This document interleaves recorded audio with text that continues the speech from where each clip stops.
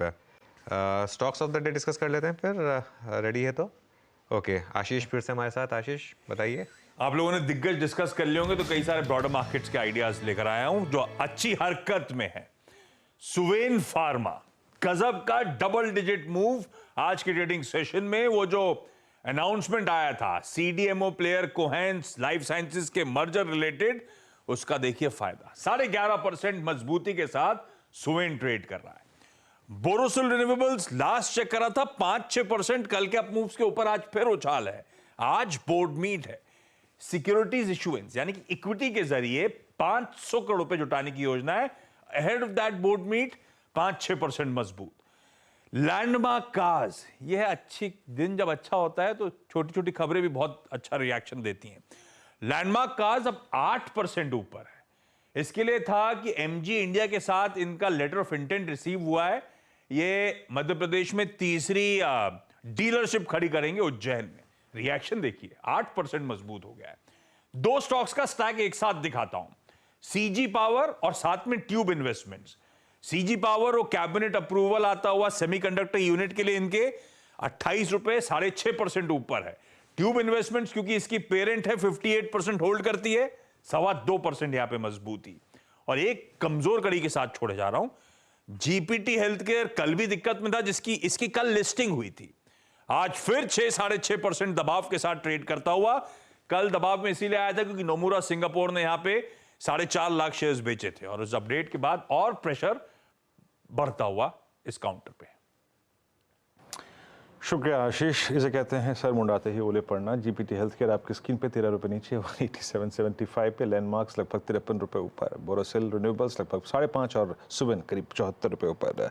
Markets at day high, bank Nifty at day high और सारे threshold points के ऊपर ट्रेड करते हुए इंडाइसिस।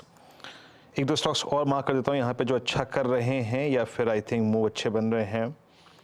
एक बार आप टाटा मोटर्स लेके आइएगा, 973 पे कुछ देर पहले डिस्कशन किया था हमने और अच्छा करता हुआ।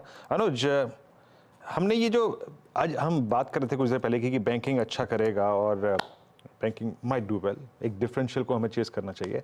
अब एक बात और आती है, मान लीजिए मैं निफ्टी बैंक ट्रेड नहीं करता, मुझे उन 12 स्टॉक्स में से स्ट्रेंथ को पिक करना है, तो हमें पुल बैक को चेस करना चाहिए फॉर इंस्टेंस एचडीएफसी बैंक, या फिर हमें स्ट्रेंथ पे फोकस करना चाहिए फॉर इंस्टेंस आईसीआईसीआई बैंक? तर्क संगत क्या है?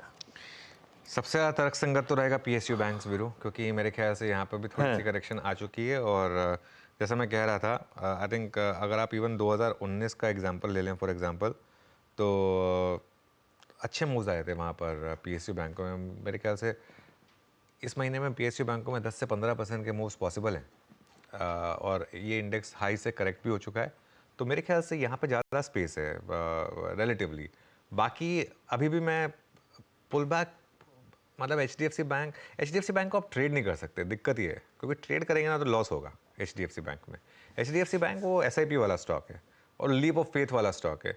ट्रेडिंग करेंगे तो पैसा जाएगा यहाँ पर, तो इसके लिए मेरे ख्याल से हाँ आईसीआईसीआई बैंक, एक्सिस, ये थोड़े रिलेटिवली स्ट्रांग है, तो इन पर फोकस कर सकते हैं आप, या फिर पीएसयू बैंकों पर फोकस करें तो वो मेरे ख्याल से और बेटर रहेगा। जी हाँ, पीएसयू बैंक से फोकस कीजिएगा। और जैसे कि उन्होंने कहा कि एक रिक्वायर्ड कूलिंग ऑफ इस पर पूरी भी हो चुकी है। Meanwhile ICICI bank at day high.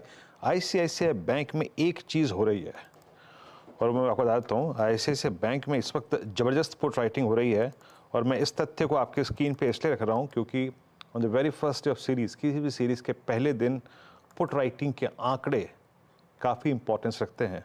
और अब अनुज ने जो बात कही ना कि की पे आयोन ऑफ पीएसयू बैंक्स, यही कुछ माजरा कैनरा बैंक में भी हो रहा है। 569 अभी भी इसमें एट द मनी पुट बिक्री है। मानस, कैनरा बैंक में as of now price action उतना स्ट्रांग नहीं है, बट आई थिंक प्राइस की प्लेसमेंट अच्छी है अबव ऑल मूविंग एवरेजेस और एक रिक्वायर्ड कूलिंग ऑफ 23 फरवरी और 29 फरवरी के बीच में हो चुकी है। कैनरा बैंक पे आपका व्यू? तो देखिए, कैनरा बैंक ने 20 डे मूविंग एवरेज पे कल सपोर्ट लिया, वहां पर बाइंग इंटरेस्ट देखने को मिला है। तो आई थिंक पॉसिबिलिटी है कि पिछले हाई को एक बार फिर से स्टॉक टेस्ट करे, जो कि 595 के आसपास है। तो करीब करीब 25 रुपए का आपको देखने को मिल सकता है। 559 का आपको स्टॉप लॉस लगाना है और टारगेट सेट करने हैं 595 के।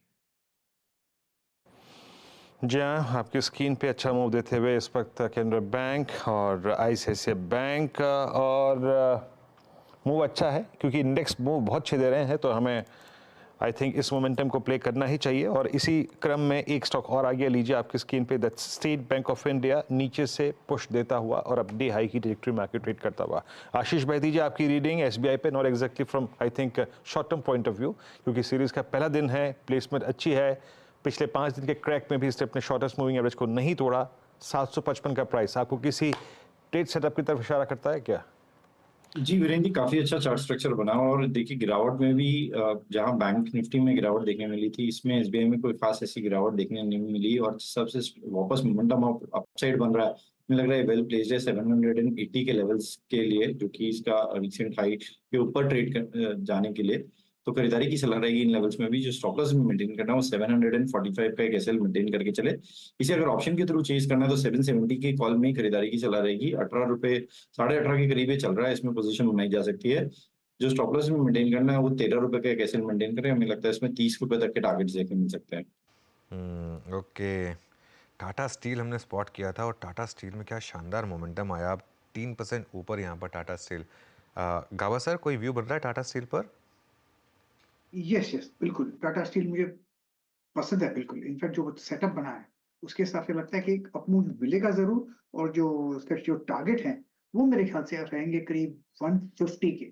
142 का स्टॉप लगाना चाहिए। हमने इसको रिविजिट किया था अराउंड 144, अब 2 रुपये उसके बाद बढ़ गया है। 150 का टारगेट अब भी वॉक करे। इसे 1 2 3 दिन लग सकता है, लेकिन ये टाटा स्टील से मानस जी, वो आरती जी को देखा आपने? जी जी बिल्कुल देखा। अब देखिए तो देखिए 20 डे मूविंग एवरेज के जी जी बिल्कुल 20 डे मूविंग एवरेज के ऊपर ट्रेड करने लगा है, तो 695 700 तक के टारगेट्स पॉसिबल है। तो अगर तब ट्रेड नहीं लिया है तो अभी भी ट्रेड ले सकते हैं। स्टॉप लॉसेस आपके 660 के नीचे रहेंगे। अच्छा अनुज, केमिकल क्या सेंस लग रही है? मुझे आरती से एकदम जहन में आ गया जब हम वो गुरुकुल में रोरोवस की शेड डिस्कस कर रहे थे। पिछली बार यही आउट परफॉर्मर था।